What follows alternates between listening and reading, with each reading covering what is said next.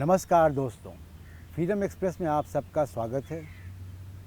आज गांधी जयंती पर गांधी के तमाम विचारों को हम लोग समेटने की कोशिश करेंगे कि आज के भारत में गांधी कितना मौलिक हैं, गांधी के विचारों की आज के भारत में कितनी ज़रूरत है, किस तरीके से गांधी के विचारों ने पूरे इस लोकतंत्र की जो जर्नी है, कोई जो यात्रा है हमारी 70 साल से ज़्यादा की, उस यात्रा में गांधी के सिद्धांतों को लेकर भारत का लोकतंत्र कैसे आगे चला है, क्या क्या पड़ाव उसमें आए हैं और आज की चुनौतियां क्या हैं, और उसको गांधी के सिद्धांतों के संदर्भ में हम लोग चर्चा करेंगे। और आज चर्चा में हमारे साथ दो बड़े इम्पॉर्टेंट या बड़े मुख्य पक्ष हैं। एक प्रोफेसर वीके त्रिपाठी हैं, जो साइंटिस्ट हैं, जो एकेडमिशियन हैं और उसके अलावा गांधीवादी हैं। इनके विचार से हम लोग समझेंगे कि इनके पीढ़ी के लोगों ने गांधी को कैसे जिया है और कैसे इस देश को और इस लोकतंत्र को गांधी के सिद्धांतों पर चलाया है। और उसके अलावा दूसरा पक्ष हमारे साथ होगा, वो आज का युवा है, जो छात्र हैं, वो गांधी को कैसे देख रहे हैं। क्या गांधी उनके लिए कूल महात्मा है या गांधी के सिद्धांत उनको कितना आकर्षित करते हैं। गांधी के सिद्धांतों को अगर हम देखते हैं तो दो बड़े इम्पॉर्टेंट पहलू सामने आते हैं। एक अहिंसा का रास्ता, नॉन वायलेंस, और दूसरा सिविल डिसोबीडियंस यानी सिविल नाफरमानी। ये दो सिद्धांतों को ही के इर्द गिर्द आज़ादी की लड़ाई लड़ी गई अंग्रेज़ से, और आज का छात्र भी इन्हीं दो सिद्धांतों को लेकर चल रहा है। चाहे आप जेएनयू का मिसाल देखें या जामिया की देखें या इलाहाबाद विश्वविद्यालय पे देखें या बीएचयू में पिछले 1-1.5 साल 2 साल के अंदर छात्रों पर किस तरीके से हमले हुए हैं, और छात्रों ने उसके रिटेलिएट उसको नहीं किया, उसका जवाब हिंसक तरीके से नहीं दिया, लोकतांत्रिक तरीके से किया है। तो मुझे ऐसा लगता है कि गांधी के विचारों को आज का छात्र बड़ी यानी करीब नज़रों से देखता है, उससे मुतासिर है, उससे प्रभावित है।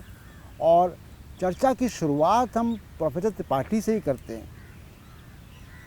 प्रोफेसर त्रिपाठी, आपने गांधी को के बाद का इमीडिएट बाद का हिंदुस्तान देखा, और वो हिंदुस्तान जो उसमें आपकी जो जर्नी है वो भारत के लोकतंत्र, आपकी जो पूरी जीवन की यात्रा है वो भारत के लोकतंत्र की यात्रा भी है। तो इस दौरान आपने गांधी को किस तरीके से, गांधी के सिद्धांतों को किस तरीके से देखा, हमारे लोकतंत्र के साथ घुलते मिलते या उसकी चुनौतियाँ। तो जब मैं बड़ा हुआ 5 साल का, चूँकि मेरे पिताजी गांधी जी के साथ रहे थे, आज़ादी की लड़ाई में उन्होंने हिस्सा लिया था, तो मेरे घर का वातावरण तो गांधी जैसा ही था। लेकिन मुझे समाज का जो पहला संपर्क आया वो आया जब मैं 5 बरस का हुआ, स्कूल में पढ़ने गया। मौलवी साहब हमारे स्कूल के टीचर थे, सरकारी स्कूल था, और बड़ी मोहब्बत से उन्होंने मुझे पढ़ाया। लेकिन जब मैं प्राइमरी कक्षा पास करने के बाद शहर में पढ़ने के लिए गया तो माहौल एकदम फ़र्क था। वहाँ पर आरएसएस की शाखाएं लगती थी, और उसमें गांधी को एक खलनायक के रूप में हमारे जो दोस्त थे या मेरे कुछ रिश्तेदार थे, ऐसा उनको शाखाओं में सिखाया जाता था। देन आई रियलाइज्ड कि हिंदुस्तान में दो हिंदुस्तान है। एक वो हिंदुस्तान है जहाँ मिलजोल की परंपरा है, गाँव में दंगे पार्टीशन के बावजूद हिंदू और मुसलमान मिल के मजदूरी करते थे, खेती करते थे, एक दूसरे की मदद करते थे। मुसलमान मास्टर पढ़ाते थे तो हिंदू बच्चे पढ़ते थे, हिंदू मास्टर पढ़ाते थे तो मुस्लिम बच्चे पढ़ते थे। यानी हमारी रगों में अगर हिंदू खून है तो हमारी जहनीत को बनाया मुसलमान मास्टरों ने, एंड वाइस वर्सा। ये माहौल था हमारे आम हिंदुस्तानियों के बीच में, यानी गांव में और शहर के कमज़ोर तबकों में। लेकिन शहर का जो व्यापारी तबका था और जो अफसर तबका था, उसके अंदर नफ़रत का बीज मैंने महसूस किया था, और उन्हीं के बच्चे जाते थे शाखाओं में। तो ये उस वक्त था, लेकिन डोमिनेंट नहीं था कि आप किसी को खुलेआम कहते हैं तू पाकिस्तानी है, तू पाकिस्तान चला जा, ऐसा माहौल नहीं था उस वक्त। और ये दौर लगभग 1969 तक चला। 1969 में एक विस्फोट हुआ। विस्फोट ये हुआ कि अहमदाबाद में और भिवंडी में दंगे हुए, और उससे साबित ये हुआ, क्योंकि वो वहाँ के उद्योगपतियों ने दंगे कराए थे, भिवंडी के भी और अहमदाबाद के भी, मिल मालिकों की उसमें शय थी, और इन्होंने फ़िरकावारियत को एक instrument of gaining political power बना के दिया 1969 में। तो हिंदुस्तान की तारीख बदलना चालू होती है 1969 से, यानी आज़ादी मिलने के 22 बरस बाद हिंदुस्तान की जड़ें हिलना चालू होती हैं सांप्रदायिकता की राजनीति से। उसके कुछ दिनों के बाद आसाम में एक आंदोलन खड़ा हुआ। आसाम का जो आंदोलन था बड़ा अजीब किस्म का आंदोलन था। छात्र आंदोलन चालू हुआ तो इसलिए था कि भाई जो हमारे राज्य के आसामी लोग हैं उन लोगों के लिए नौकरियों में प्रेफरेंस मिले, इस लिहाज से चालू हुआ। लेकिन वो फिर सांप्रदायिक ताकतें शरीक हो गई उसमें, और उसके लिए बहुत ही हिंसक और उग्र आंदोलन बना दिया, और वो मुसलमानों के ख़िलाफ़ उसको डायरेक्ट कर दिया। मुसलमान कौन थे? वहाँ पे जो मुसलमान थे आसाम में, वो बंगाल से गए हुए मज़दूर थे, जो उसके 100 साल पहले अंग्रेज़ी राज में वहाँ गए थे, क्योंकि उनके उद्योग धंधे चौपट हो गए थे, और वहाँ पर वो धान की खेती करने या जूट की खेती करने इस काम के लिए गए थे उधर, और जूट की ज़रूरत अंग्रेज़ों को थी अपने कारखाने चलाने के लिए। लिहाजा मज़दूरों को मजबूरन यहाँ से वहाँ जाना पड़ा, और जो मुसलमान वहाँ रह रहे थे आसाम में, वो वहाँ के कमज़ोर तबके में आते थे। उनका कोई कंपटीशन नहीं था, नौकरियाँ नहीं ले रहे थे वहाँ के आसामी लोगों की, लेकिन डायरेक्ट उसके ख़िलाफ़ कर दिया गया, और 1983 में नेल्ली का नरसंहार हुआ जिसमें 3000 लोग मारे गए। फिर भी हिंदुस्तान की जो हुकूमत थी वो दंगाइयों के साथ नहीं थी। दंगाइयों को रोकने में नाकाम भले ही रही हो, लेकिन दंगाइयों को शय हुकूमत की ऐसा नहीं था। व्यापारियों की शय तो थी, लेकिन दंगाइयों को हुकूमत की शय नहीं थी। तो जो आज का माहौल है वो उसमें यही फ़र्क आ गया है कि धीरे धीरे 1969 से चलते चलते हम 1989 में आए, जब बवंडर खड़ा किया गया एक मंदिर और मस्जिद के बवाल पे। और आज सूरत ये है कि हमारी हुकूमत को की शय मिलती है लिंचिंग करने वालों को, हुकूमत की शय मिलती है यूनिवर्सिटीज़ में विद्यार्थियों को दबाने वाले प्रशासकों को, चाहे वो वाइस चांसलर हो, चाहे डायरेक्टर हो, चाहे कोई और हो। तो ऐसी सूरत आज़ादी के करीब 40-50 साल तक तो नहीं थी जो इस वक्त बन गई है। और गांधी की हमें इसलिए ज़रूरत पड़ रही है, वैसे तो ज़रूरत गांधी की उसी वक्त हो गई जब गांधी ने 1906 में सत्याग्रह की शुरुआत की थी दक्षिण अफ्रीका से। लगभग उसी के आसपास अल्बर्ट आइंस्टाइन ने E=mc² का सूत्र दे दिया था, जिसके आधार पर बम बने। तो ये तो पता था कि साम्राज्यवाद की इस मदद में विज्ञान खड़ा है, बड़े बड़े तोपें बना देता है, बड़े बड़े कारखाने खड़े कर देता है। और गांधी ने दो चीज़ें खड़ी की, 1906 में सत्याग्रह की ईजाद की, और 1919 के आसपास चरखे को लेके आ गए। वो उन्होंने कहा कि बड़ी मशीनें शोषण करती हैं, आदमी का काम छीनती हैं, लिहाजा हमें आदमी की आज़ादी और उसके हाथ को काम, ये दो हमारी प्रायोरिटीज़ हैं। हाँ, इनके चलते चलते जो मशीनें इनमें मदद करें वो मशीनें हमें कबूल, और जो मशीनें आदमी के हाथ का काम छीनें और उसकी गुलामी बढ़ाएं वो मशीनें हमें नापसंद। अल्बर्ट आइंस्टाइन को बात पसंद आई है, तब कुछ वैज्ञानिकों को पसंद आई, लेकिन साइंटिस्ट एज ए क्लास इस बारे में सहमत नहीं हुआ। वो पता नहीं किसके ख्याल में विज्ञान घूमता है।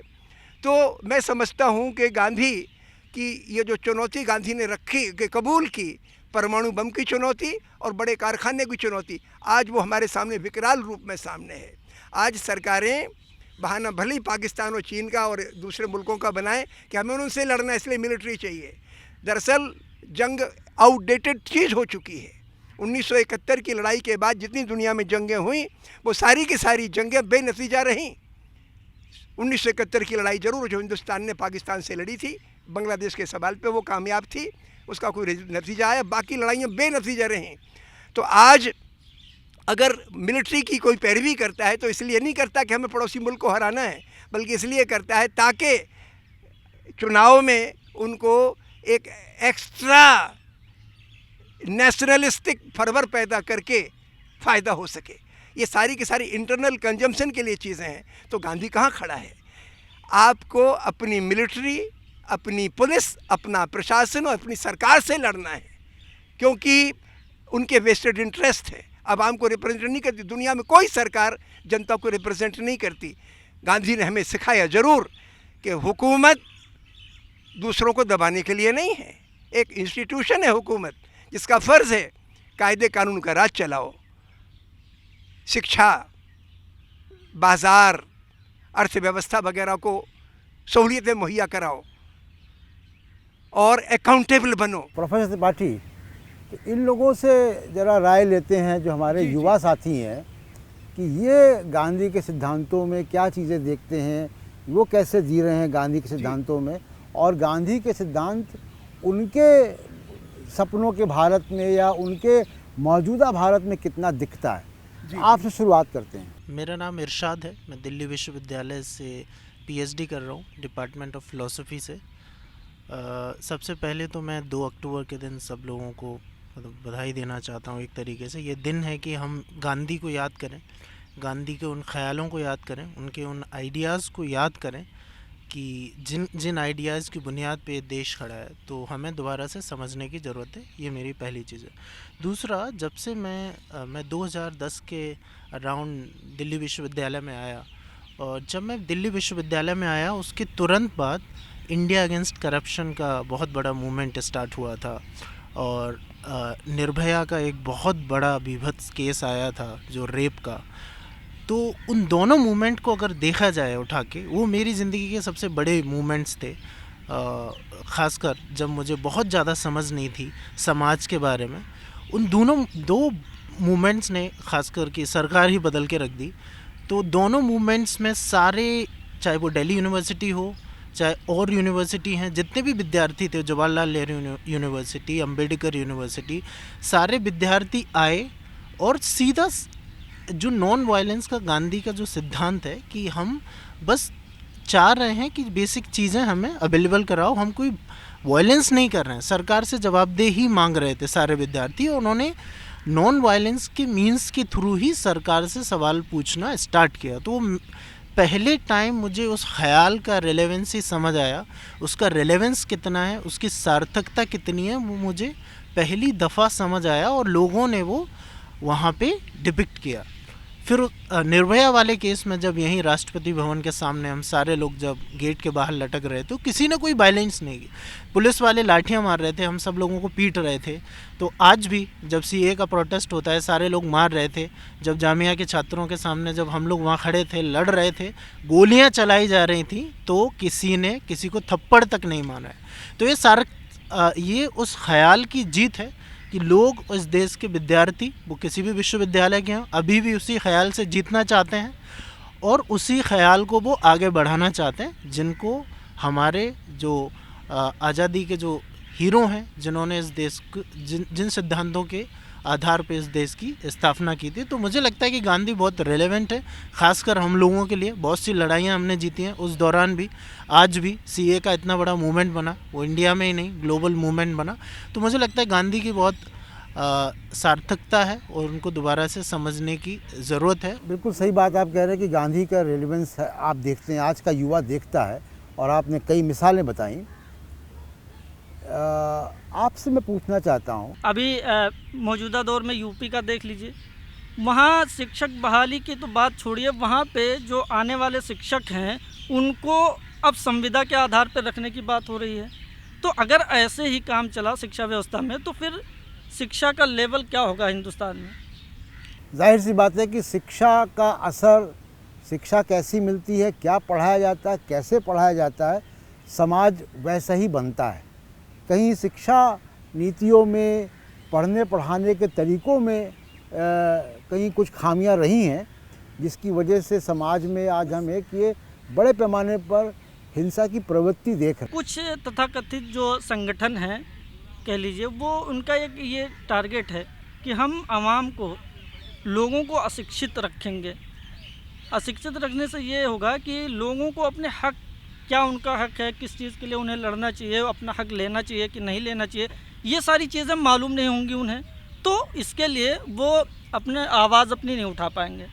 तो एक आप कह लीजिए कि एक ऐसा संगठन है जो इसके पीछे पड़ा हुआ है कि हम लोगों को किसी भी तरीके से शिक्षित ना होने दें।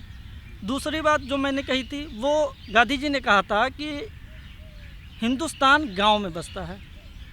अभी हाल फिलहाल में अभी मुद्दा चल रहा है, अभी आजकल में जो इंडिया गेट पे ट्रक वगैरह जलाया गया, तो अभी आप देखिए, जब गांधी जी ने कहा था कि हिंदुस्तान गांव में बसता है, गांव में 80% आप उठा के देख लीजिए वहाँ कौन रहते हैं? किसान। अब किसान रहते हैं वहाँ, ये जो सरकारें हैं या जो सरकार अभी मौजूदा दौर में है, ये किसानों का दमन कर रही है, किसानों के खिलाफ नए नए बिल पास कर रही है। इस बिल से ये होगा कि किसान तो अनाज उगाएगा, लेकिन उस पर कंट्रोल नहीं होगा, सारी चीज़ें पूंजीपतियों के पास चली जाएंगी और वहाँ से वो सारी चीज़ें डील करेंगे। तो यहाँ गांधी जी के बातों को फॉलो करना चाहिए और ऐसी सरकारों के ख़िलाफ़ अपनी आवाज़ उठानी चाहिए। बहुत सख्त ज़रूरत है कि ऐसी सरकारों के ख़िलाफ़ यहाँ किसानों के साथ हम खड़े हों और उसकी आवाज़ उठाएं। गांधी जी का क्या, सत्य, अहिंसा, सिविल डिसोबीडिएंट, ये गांधी जी का एक तरीके का मार्ग था। ये इस पे चल के हम कोई भी चीज़ हासिल करेंगे। तो ये सारी चीज़ें करते हुए हमें इनके ख़िलाफ़ आवाज़ उठानी चाहिए। आपसे जानना चाहूँगा कि हम टेक्नोलॉजी के ज़माने में जी रहे हैं और सोशल मीडिया और मीडिया का एक बड़ा हिस्सा समाज में असत्य, जिसको कहा कि जिन्होंने कहा सत्य, अहिंसा और गांधी जी के दो बड़े सिद्धांत थे, तो एक तो झूठ फैलाने का, अफवाह और झूठ और नफ़रत, ये, और इसमें यूथ भी शामिल हो जाता है गाए बगाए। तो इसको कैसे देखते हैं आप कि कैसे इसको गांधी के पर्सपेक्टिव में अगर हम बात करें तो ये सोशल मीडिया जो समाज, कैसा समाज इसने बनाया है और ये टेक्नोलॉजी ने जो समाज हमको दिया है, क्या इसकी ज़रूरत हिंदुस्तान को थी? मेरा नाम अमीर हसन है, मैं जामिया मिल्लिया इस्लामिया में रिसर्च कर रहा हूँ और मैं यूपी के एक ज़िला बलरामपुर से, एक छोटे से गांव पाला से मेरा ताल्लुक़ है। आपने जो भी सवाल किया मीडिया के हवाले से कि मीडिया किस तरह से हमारे समाज के अंदर एक जहर घोल दिया है, पहली बात तो यह है कि हम अगर गांधी जी को देखें, उनकी पूरी लाइफ को, क्या जिस टाइम पे वो थे तो इस तरह से मीडिया नहीं था।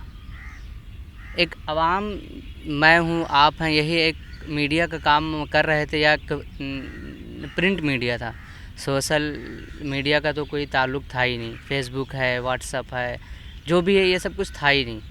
लेकिन उसके बावजूद में गांधी जी की बात कहाँ से कहाँ तक को पहुँची है।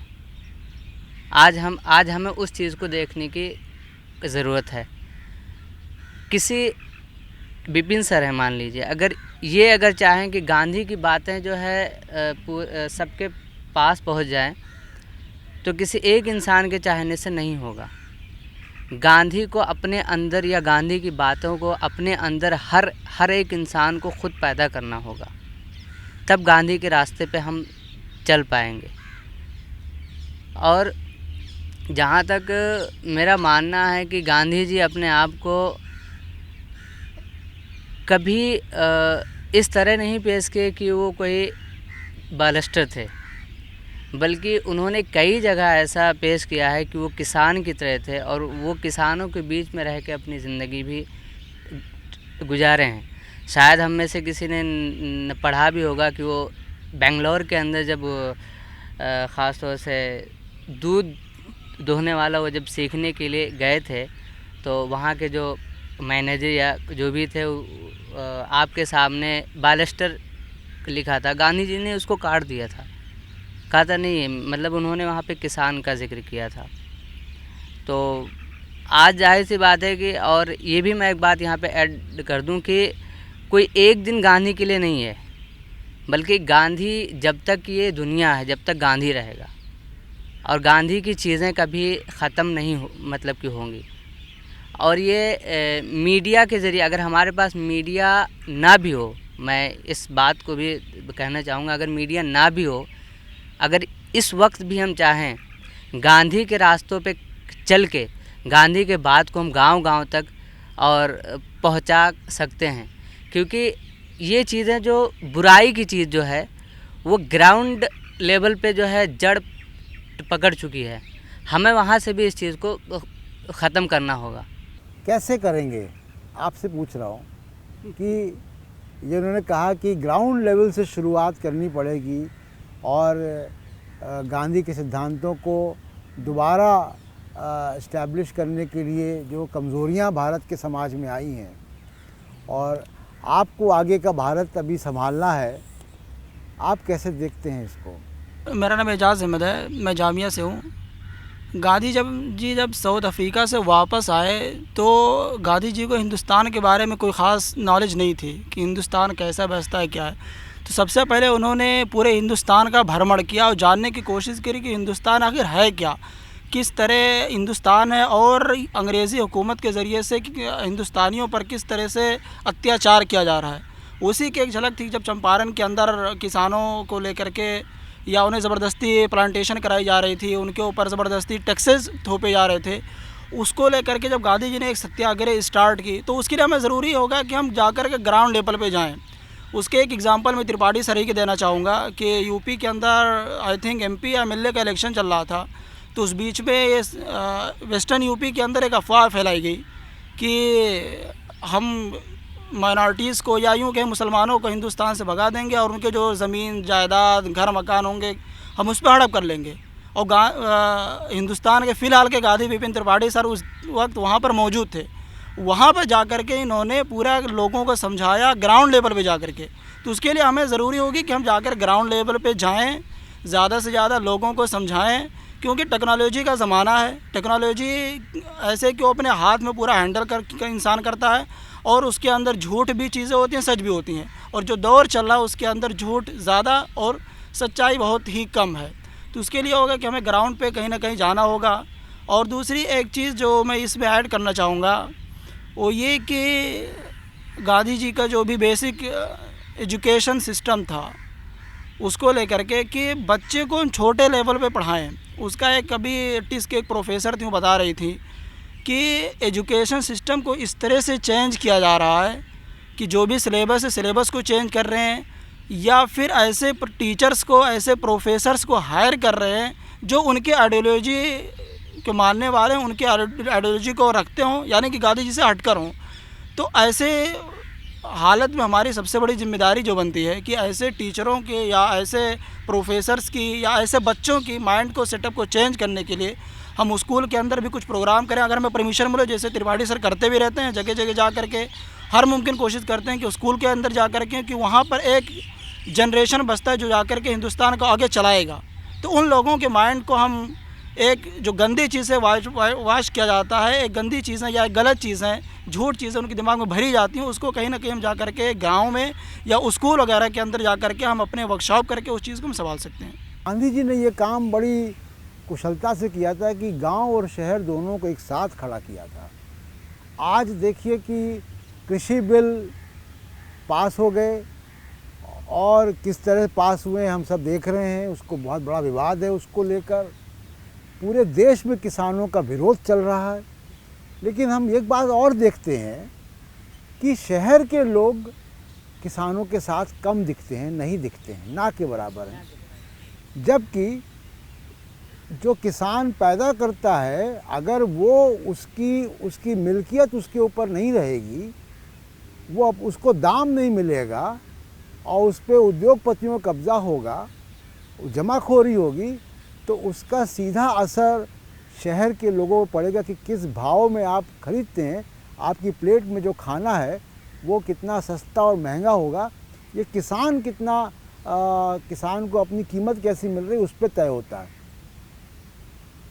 तो ये क्या वजह है कि हम गांव के लोगों के साथ क्यों नहीं खड़े हो पाते?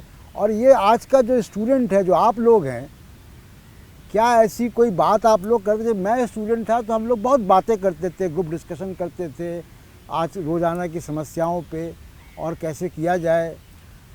तो आप लोग क्या करते हैं? मेरा नाम इरशाद अहमद है, मैं दिल्ली यूनिवर्सिटी में उर्दू में रिसर्च कर रहा हूँ। जहाँ तक आपने बात की कि किसानों के साथ शहर का आदमी क्यों नहीं खड़ा हो पा रहा है, तो इस सिलसिले में जैसा कि अब देखते हैं कि ऐसी बात नहीं है कि किसान के साथ शहर का आदमी खड़ा नहीं है या शहरों में लोग वो नहीं कर रहे हैं। अपने तौर पे छोटे लेवल पे हो रही हैं चीज़ें, लेकिन मसला ये है कि मीडिया के ज़रिए से, मीडिया का यहाँ बहुत अहम रोल हो जाता है आज के टेक्नोलॉजी के दौर में। उस वक्त की जब बात करें तो देखिए, गांधी जी ने, वल्लभ भाई पटेल ने जब किसानों के लिए आंदोलन किया था तो उस वक्त गांधी की भरपूर हिमायत उनको हासिल थी और उसी के बाद ही गालिबन उनको सरदार का भी खिताब मिला था। तो इस तरीके से गांधी जी ने किसानों के साथ जो मतलब सरदार वल्लभ भाई पटेल के साथ मिल करके जिस तरीके से आंदोलन किया। नहीं, मेरा सवाल था कि जैसे आज का युवा है, आप लोग हैं, कॉलेज यूनिवर्सिटी में पढ़ते हैं और किसानों की समस्या, गांव की समस्या कितना आपस में डिस्कस करते हैं? क्या उनके साथ कभी काम करते हैं जाकर, या उनके पक्ष में बोलते हैं? सोशल मीडिया पे आप लोग इतना लिखते हैं, तो क्या कृषि बिल पे या किसानों की समस्याओं पे अपनी बात रखते हैं वहाँ? जी बिल्कुल, रखते हैं हम लोग, और सोशल मीडिया के प्लेटफॉर्म से भी आजकल बहुत काफ़ी लोग एक्टिव हैं और बहुत से जगहों पे मतलब लोग प्रोटेस्ट भी कर रहे हैं, चाहे वो फेसबुक के ज़रिए से हो या इसके ज़रिए मतलब और भी दीगर प्लेटफॉर्म हैं, व्हाट्सएप का ज़रिया है। इस तरह से लोगों ने मतलब एक तरीके से किसानों को जागरूक करने का काम किया है और इसी का गालिबन नतीजा है कि हम देख रहे हैं कि बहुत सारे लोगों के, किसानों को जब इस बारे में पता चला या मतलब प्रोटेस्ट, तो धीरे धीरे प्रोटेस्ट होने शुरू हुए और धीरे धीरे होते होते अब इस मंजिल पे पहुंच गया है कि किसान आंदोलन ने एक मतलब बहुत अच्छे रुख अख्तियार कर लिया है। और जिस तरीके से हम देख रहे हैं कि मामला अभी प्रोटेस्ट पे प्रोटेस्ट हुए जा रहे हैं, राज्य भी वो कर रहे हैं हर तरीके से, अभी बिल भी पास करने के उसमें लगे हुए हैं। तो मुझे लगता है कि शायद कुछ थोड़ा बहुत फ़र्क पड़ेगा और जिस तरीके से लोग आवाज़ उठा रहे हैं उसमें हर तबके के लोग शामिल हैं। ये नहीं है कि मतलब सिर्फ किसान ही, मतलब इसमें स्टूडेंट और पढ़ा लिखा तबका भी उसने अपने तौर पे बहुत अच्छे तरीके से अपनी बातों को रखा है, किसानों को समझाया है कि किस तरीके से ये बिल उनके लिए नुकसानदेह है और किस तरीके से ये चीज़ सिर्फ पूंजीपतियों के लिए है। और उनको जब मतलब मार्केट में ख़रीदार जो हैं वो कम रेट पे ख़रीदेंगे, जब तय नहीं होगा एमएसपी से नीचे ख़रीदेंगे, तो जाहिर सी बात है उनके लिए एक बड़ा मसला पैदा हो जाएगा कि वो उनकी ख़रीदारी में या उनके जो इनकम है वो कम हो जाएगी और किसान इस तरीके से और लाचार होते हुए। एक परसेप्शन है आम तौर पे, खासकर हमारी जनरेशन के लोगों में तो ज़रूर ये परसेप्शन है कि आजकल का यूथ जो है वो आज़ादी के आंदोलन के बारे में, गांधी के बारे में पढ़ता नहीं है या उससे बहुत ज़्यादा प्रेरित नहीं है। क्या ऐसा है? मेरा नाम धीरेन्द्र हुआ, मैं इंजीनियरिंग का छात्र हूँ जवाहरलाल नेहरू विश्वविद्यालय से। तो जैसा कि हम लोग अभी टेक्नोलॉजी और जो सोशल मीडिया और जो डिफरेंट जो प्लेटफॉर्म हैं इसके युग में जी रहे हैं और कई बातें कही जाती है कि हाँ किस तरह से सोशल मीडिया हार्मफुल है या टेक्नोलॉजी युवाओं को और बाकी सारे जनरेशन्स को प्रभावित कर रहा है। तो एक बात तो तय है कि हम टेक्नोलॉजी से तो दूर नहीं जा सकते, तो ये चीज़ इनेविटेबल है और हमें इसी टेक्नोलॉजी और इसी माध्यम में, इसी बदलते परिप्रेक्ष्य में अपने आप को उसके हिसाब से ढालना है। जैसे आज के परिप्रेक्ष्य में देखते हैं कि फेक न्यूज़, प्रोपेगेंडा, हेट जो होता है, इस तरह की चीज़ें बहुत ज़्यादा देखने को मिलती है और हमारा जो यूथ वर्ग है वो कई बार चीज़ों को बिना जाने बिना समझे किस तरह के प्रोपेगेंडा में शामिल हो जाता है, कई बार मिसगाइड हो जाता है और उस तरह से हेट कंटेंट वगैरह चीज़ों को फैलाने लग जाता है बिना उसकी जांच पड़ताल किए। तो गांधी जी का जो सिद्धांत था कि सत्य, अहिंसा, प्रेम और भाईचारा, तो आज के परिप्रेक्ष्य में जो युवा वर्ग है उनके सबसे बड़ी जो हम लोग कह सकते हैं कि उन्हें गांधी को पढ़ने की ज़रूरत है। जितना ज़्यादा हम लोग गांधी को पढ़ेंगे, गांधी जी के विचारों को जानने की, समझने की कोशिश करेंगे और उन जैसे वो महान शख्सियत थे उनका अगर कुछ भी हिस्सा हम अपने अंदर इनकलकेट अगर हम कर पाएँ तो आज के युग में टेक्नोलॉजी के साथ साथ गांधी जी के विचारों का जो समन्वय होगा तो हम इस आने वाली पीढ़ी को काफ़ी बेहतर बना सकते हैं और काफ़ी हमारा फ्यूचर एकदम ब्राइट हो सकता है इस सेंस में। दुनिया में कहीं भी आप जाइए तो तमाम दुनिया के शहरों में कोई गांधी स्ट्रीट, कोई गांधी इंक्लेव, कोई गांधी के नाम पे कोई ना कोई आपको मिल जाता है। गांधी के नाम पे सड़कें हैं, गांधी पूरी दुनिया में प्रमुख सारे देशों में आपको मिलेगा। भारत के बाहर आप जाएंगे तो आपसे लोग गांधी के बारे में ज़्यादा पूछते हैं कि गांधी के देश से आप आए हैं। और बाहर परसेप्शन जो है अब पिछले कुछ वर्षों में भारत का बदल रहा है। आज ही मैंने खबर पढ़ी कि एक ह्यूमन राइट संस्था एमनेस्टी इंटरनेशनल यहाँ से अपना दफ्तर हटा रहे हैं। तो ये पूरी दुनिया में एक संदेश जाता है इस तरीके की घटनाओं से कि हमारे यहाँ इनटॉलरेंस जो है वो बढ़ रहा है, गांधी के देश में इनटॉलरेंस बढ़ रहा है। तो आप कैसे इसको देख रहे हैं, इस इनटॉलरेंस को, और क्या आपको लग रहा है कि ये क्या एक छोटा दौर है जो निकल जाएगा? आगे का यूथ इसको आगे के देश को कैसे देख रहा है? सर दो परसेप्शंस है इसमें। एक तो शॉर्ट टर्म आप व्यू देख सकते हो, एक लॉन्ग टर्म व्यू देख सकते हैं हम इसको लेकर। जो ये गवर्नमेंट आई है 6 साल में बहुत सारी चीज़ें चेंज हुई हैं। पहले भी ऐसा होता था लेकिन इतने बड़े स्केल पे नहीं होता था कि आप टारगेट कर रहे हो एनजीओज़ को।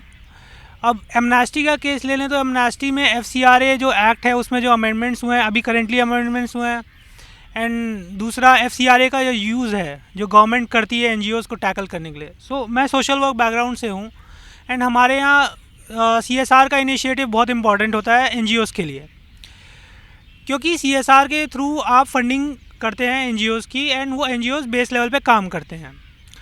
अब यहाँ पे क्या हुआ है कि इस गवर्नमेंट ने अभी रिसेंटली CSR में भी चेंजेस लेके आए कि आप है ना CSR का फ़ंड आप PM केयर्स फंड में दे सकते हैं। ठीक है, एक वो एग्जांपल ले लेते हैं। एंड उससे क्या हुआ कि बहुत सारा जो फंड था, जो पैंडमिक आया एंड उसके बाद जो बहुत सारा फंड जो ग्रास रूट लेवल ऑर्गेनाइजेशन में जाना था वो PM केयर्स में चला गया। अभी कल की रिपोर्ट है कि RBI एंड बाकी जो गवर्नमेंट इंस्टीट्यूशन हैं उनकी सैलरीज़, उनके जो एम्प्लॉयज़ की सैलरी होती है वो सैलरी PM केयर्स में गई है, कुछ 200 करोड़ रुपए गई है, उसका कोई अकाउंट नहीं है। तो गवर्नमेंट ने एक तरफ अपना एक फ़ंड खोला है जिसका कोई अकाउंटेबिलिटी नहीं है। आप RTI फाइल कर रहे हो, कुछ भी फाइल कर रहे हो, नहीं है। दूसरी तरफ FCRA का यूज़ करके उन्होंने क्या कर रहे हैं कि NGOs को टैकल कर रहे हैं जो गवर्नमेंट के ख़िलाफ़ हैं। पिछले 2-3 सालों में मतलब 20,000 के आसपास NGOs इस देश में बंद हुए हैं। बहुत सारे लेजिटिमेट रीजंस भी हैं, लेकिन सारे के सारे तो 20,000 नहीं हो सकते। वैसे बहुत सारे ऐसे हैं जो गवर्नमेंट के ख़िलाफ़ कई सेक्टर्स में काम कर रहे हैं जहाँ पे एनवायरमेंटल हार्म हो रहा है। जैसे कुडानकुलम प्लांट के लिए काम हो रहा था, वहाँ पे जो NGOs इन्वॉल्व थे उनके ख़िलाफ़ एक्शन लिया गया, उनके अकाउंट्स बंद कर दे रहे हैं कि आपने वॉयलेट किया है। अब FCRA की गाइडलाइंस हैं कई हज़ार पेजेस में, अब उसमें आप सारे गाइडलाइंस फॉलो कर नहीं सकते, लीगल जार्गन यूज़ करके वो टैकल कर रहे हैं। तो एक बिल्कुल मैं आपकी बात समझ गया। असल में विकास की जो अवधारणा है वो, उसमें अगर नॉन वायलेंस एलिमेंट आना है तो वो इंक्लूसिव होगा, और वो इंक्लूजन जो है विकास के जो नीतियाँ बनी विकास के लिए उसमें वो इंक्लूजन नहीं था।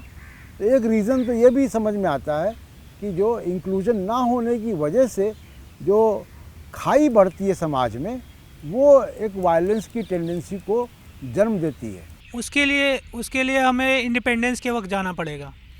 जब इंडिपेंडेंस हमें मिलने वाली थी उससे पहले कमिटीज़ बनाई गई बहुत सारी एंड बहुत सारे प्लान्स दिए गए। ठीक है, तो एक गांधीयन प्लान था डेवलपमेंट को लेके और एक था बॉम्बे प्लान। ये दो इंपॉर्टेंट हो जाते हैं बहुत ज़्यादा। बॉम्बे प्लान ये था कि बॉम्बे प्लान में सारे इंडस्ट्रियलिस्ट शामिल थे, तो आपको इंडस्ट्रियल इन्वेस्टमेंट करना था, लार्ज स्केल इंडस्ट्रीज़ बनानी थी जिससे आपको इन्वेस्टमेंट करना है, जॉब्स आएंगी एंड डेवलपमेंट होगा। दूसरा था गांधीयन प्लान। गांधीयन प्लान के थ्रू क्या था, आप कॉटेज इंडस्ट्री को प्रमोट करोगे, विलेज लेवल इकोनॉमी को प्रमोट करोगे। अब इंडस्ट्रियलाइजेशन क्या करता है कि वो रूरल से अर्बन की तरफ मूवमेंट करता है बहुत ज़्यादा। लोगों के साथ ये हुआ कि बहुत सारे लोग जब रूरल एरियाज़ में जॉब्स नहीं है तो वो शहरों में मूव करने लगे, वहाँ पे बहुत सारी चीज़ें मिस आउट हो गई हैं।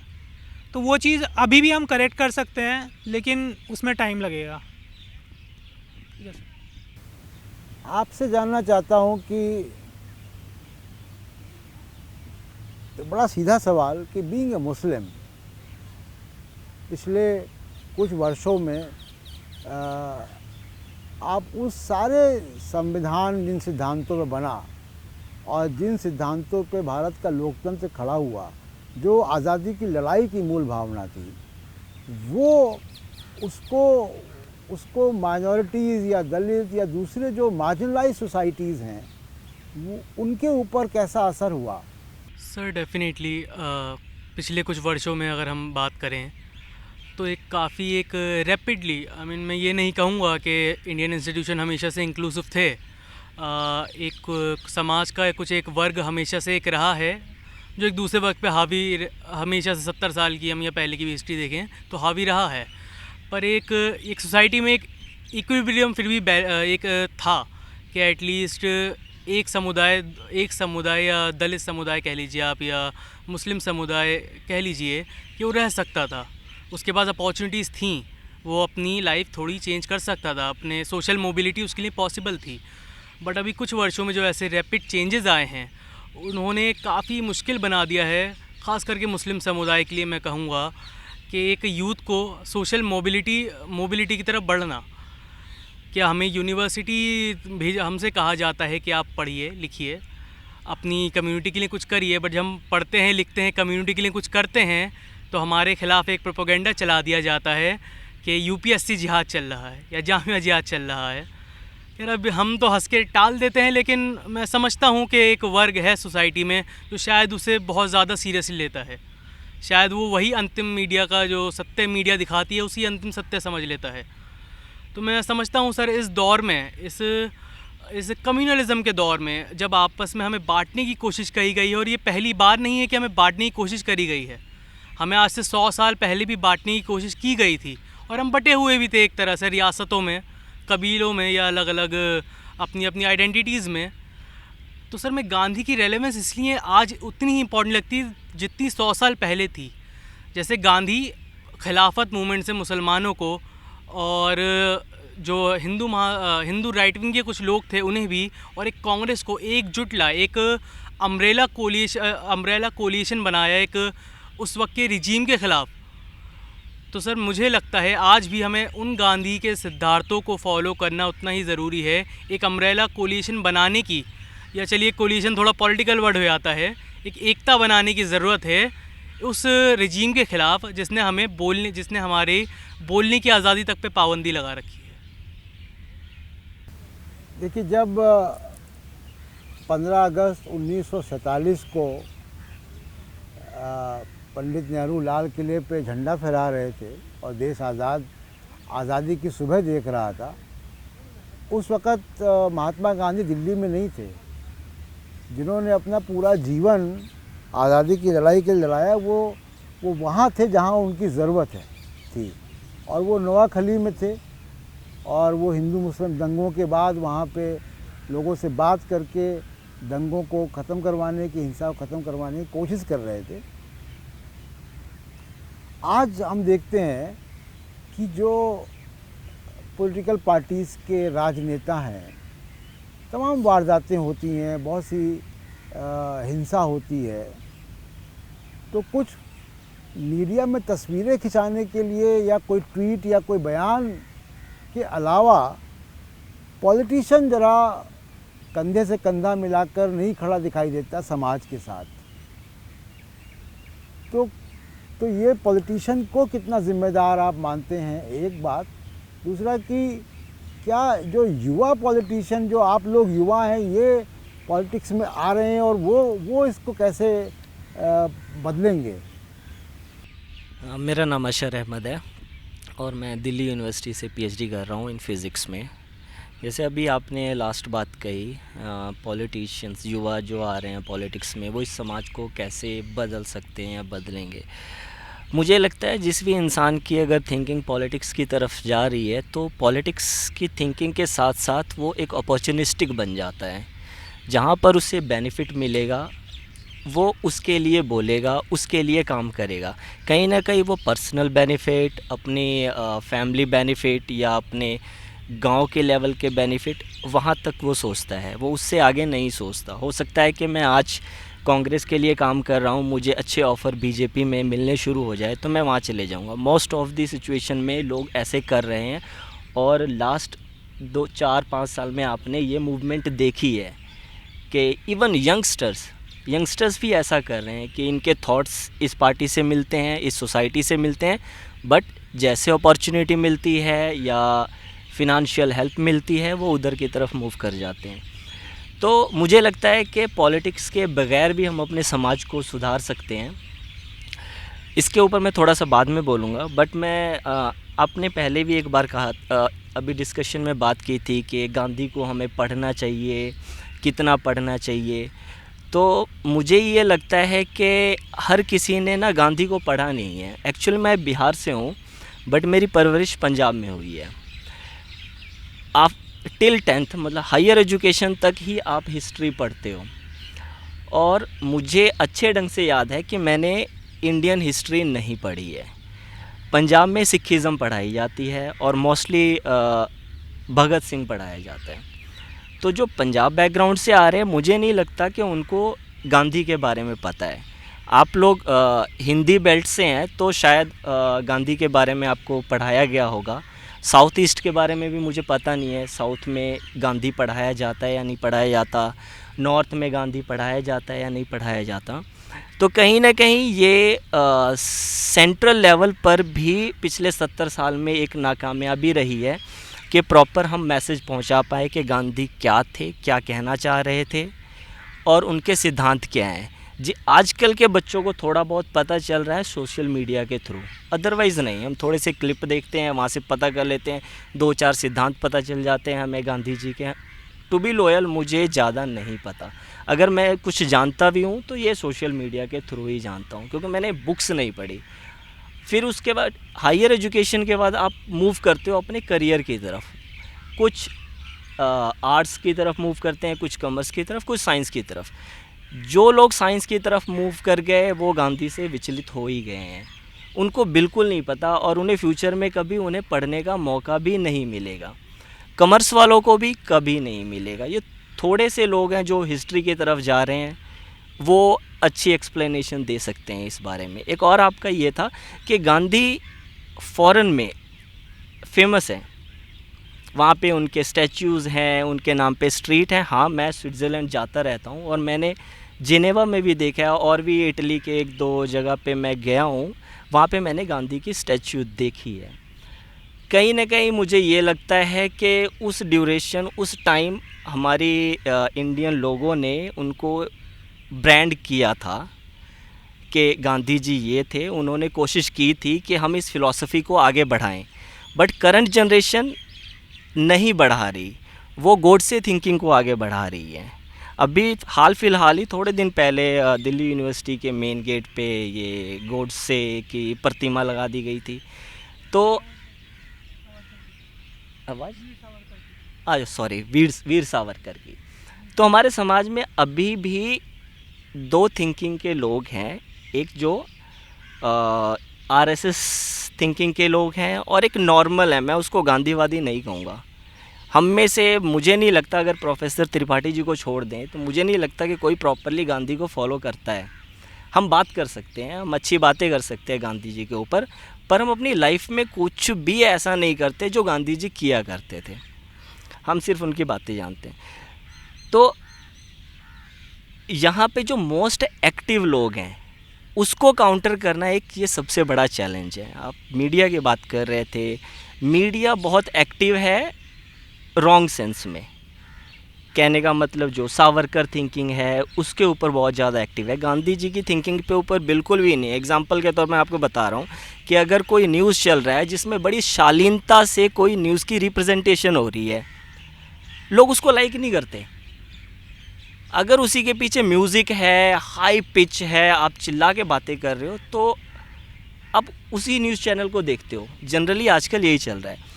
तो मुझे लगता है टेक्नोलॉजी, वक्त, सब चीज़ों के साथ साथ ज़रूरी नहीं कि हमें हर वक्त गांधी जी को ही आगे बढ़ाना है। नो डाउट उनकी थिंकिंग बहुत अच्छी थी, उनकी फ़िलॉसफी बहुत अच्छी थी, पर हमें जैसे जनरेशन चेंज आता है ना, अभी हम 3 जनरेशन के लोग बैठे हैं, मीडिया उस टाइम वैसा नहीं था, कंटेंट हमारे पास वैसे नहीं थे, टेक्नोलॉजी वैसी नहीं थी। अभी हमारे पास टेक्नोलॉजी चेंज हो चुकी है, कंटेंट चेंज हो चुका है, मुद्दे चेंज हो चुके हैं। तो हमें नए इनोवेटिव आइडियाज़ लाने चाहिए गांधी की फ़िलॉसफी को आगे बढ़ाने। बिल्कुल सही बात, इनोवेटिव आइडियाज़ लाने चाहिए।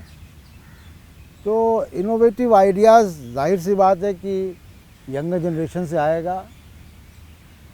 तो ऐसी क्या कुछ 1-2 बातें हमको बताइए कि जो मौजूदा समय की जो समस्याएं हैं, खासकर जिसकी चर्चा ये आपने भी की कि हमको वायलेंस का एक अप्रूवल दिखता है और एक माहौल बनाने का पूरा सामान दिखता है। चाहे आप मीडिया को देखिए, वो ज़ोर ज़ोर से चीख चिल्लाहटें, कभी कभी थप्पड़बाजी वगैरह भी स्टूडियो में हो जाती है।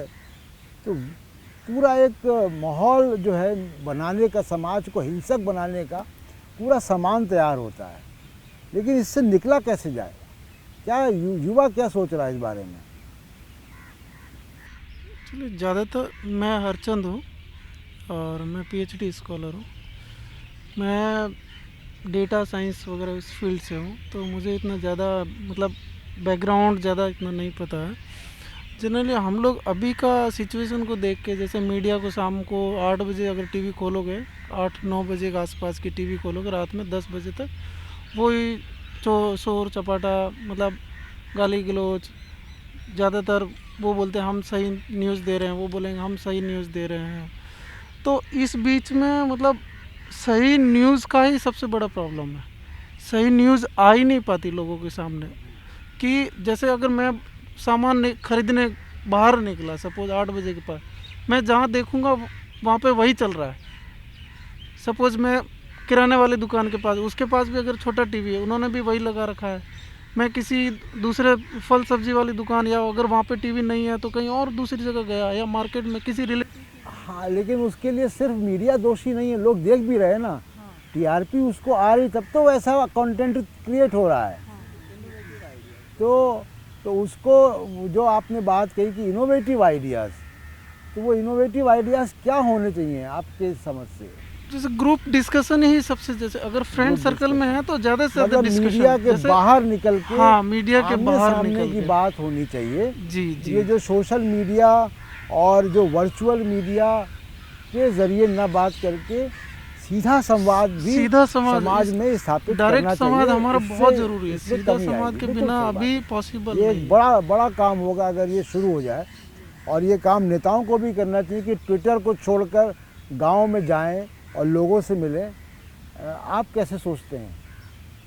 मैं कृष्णा, जवाहरलाल नेहरू यूनिवर्सिटी से पीएचडी स्कॉलर।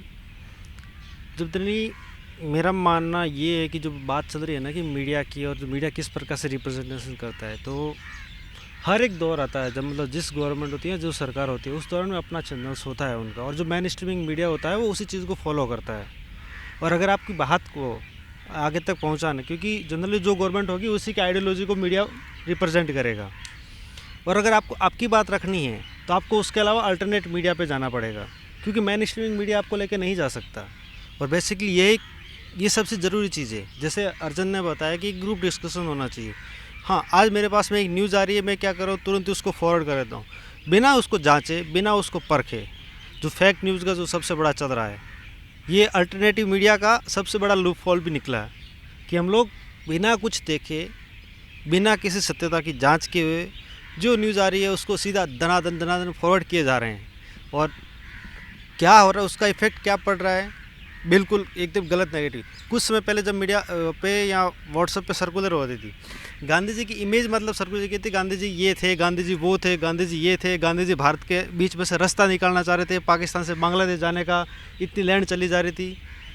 ऐसा तो कहीं नहीं देखा था, मैंने भी कहीं नहीं पढ़ा था। हालांकि मैंने ज़्यादा गांधी को नहीं पढ़ा, लेकिन मेरे को एक ज़रूर चीज़ समझ में आई कि सिर्फ गांधी को पढ़ना ही ज़रूरी नहीं है, गांधी को समझना सबसे ज़्यादा ज़रूरी है। सिर्फ हम लोग हमारा एसेंशियल रीडिंग है या कोर्स के अंदर है तो हम लोगों ने गांधी को पढ़ लिया, ये ज़रूरी नहीं है। उनको समझना काफ़ी ज़रूरी है। जब गांधी जी को समझेंगे तभी हम समझ पाएंगे। और जो गांधी जी की जो फिलोसॉफी है वो पर्टिकुलर किसी रिलीजियस को लेकर के या फिर किसी रिलीजियस के अगेंस्ट में नहीं है। वो मतलब एक तरीके से जो उनका तो था कि वैष्णव जन पीड़ पर आई, जो उनका एक श्लोक था, मुझे याद नहीं एग्जैक्टली क्या था, लेकिन हाँ वो मतलब कह रहे थे कि दूसरों की जो तकलीफ़ है उसको समझना ज़रूरी है। जब आप दूसरों की तकलीफ़ को समझोगे ना तभी आप समझ पाओगे कि वास्तविकता क्या है। प्रोफेसर त्रिपाठी, मैं दोबारा आपके पास आता हूँ और जो चर्चा हुई, हमारे युवा साथियों ने जो चर्चा की है, उससे 2-3 जो एक्शनेबल पॉइंट्स हैं, हम एक मीडिया हाउस शुरू कर चुके हैं, आज उसका शुरुआत हो रही है। तो हमारे लिए ये एक्शनेबल पॉइंट्स क्या हैं जो हमारे युवा साथी और छात्र जिन्होंने गांधी के बारे में सब बताया, अलग अलग अपनी अपनी राय रखी?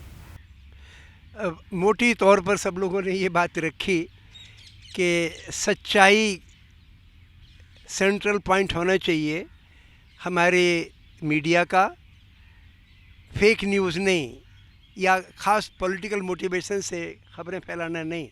उसी तरीके से इन लोगों ने जो शिक्षा की बात कही वो भी बड़ा सेंट्रल पॉइंट है कि हमारी जो नई शिक्षा नीति आई वो ठीक है, उसमें अच्छाइयाँ बुराइयाँ वो अपनी जगह है, लेकिन जो बुनियादी बीमारी है शिक्षा की कि समाज में 2 कटघरे खड़े कर दिए, एक हाशिए से बाहर और एक मेन स्ट्रीम में वही 15% लोग जो हायर शिक्षा में जा पाते हैं, उसमें भी 5% वो लोग जो टेक्निकल एजुकेशन में जाते हैं, और बाकी गुजारा तो कर लेते हैं। लेकिन जो 85% लोग बाहर रह गए, उनके लिए तालीम ना तो विचारशील बना पाती है, इतनी मिलती नहीं, ना ऐसा कोई टेक्निकल स्किल सिखा पाती है।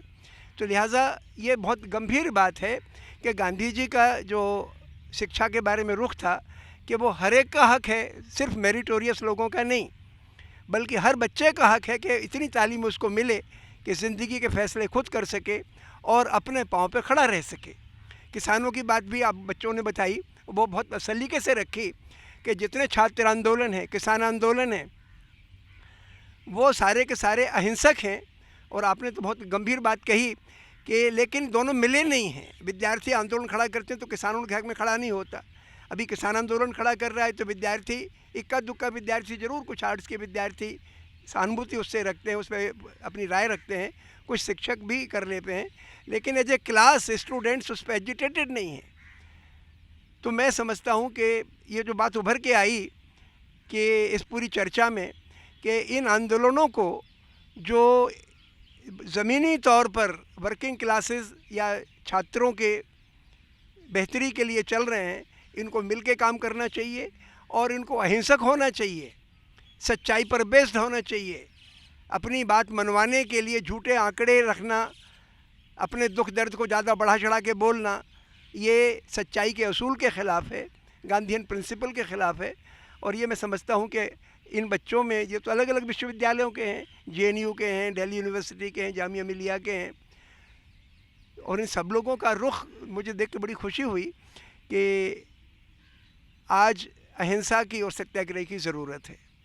बहुत खूब। बिल्कुल प्रोफेसर त्रिपाठी और आप सब से कमोबेश सहमत हैं। और एक जो बात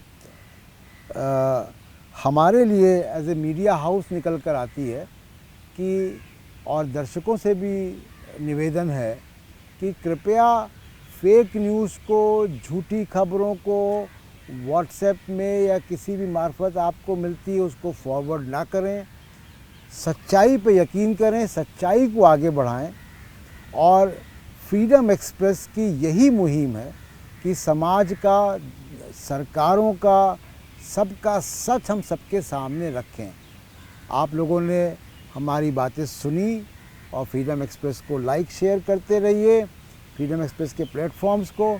हम किसी उद्योगपति के पैसे पे नहीं चलते हैं, हम आपके पैसे पर चलते हैं। आपका मीडिया हाउस है, फ्रीडम एक्सप्रेस को आपकी मदद की भी बहुत ज़रूरत है। बहुत बहुत शुक्रिया, धन्यवाद।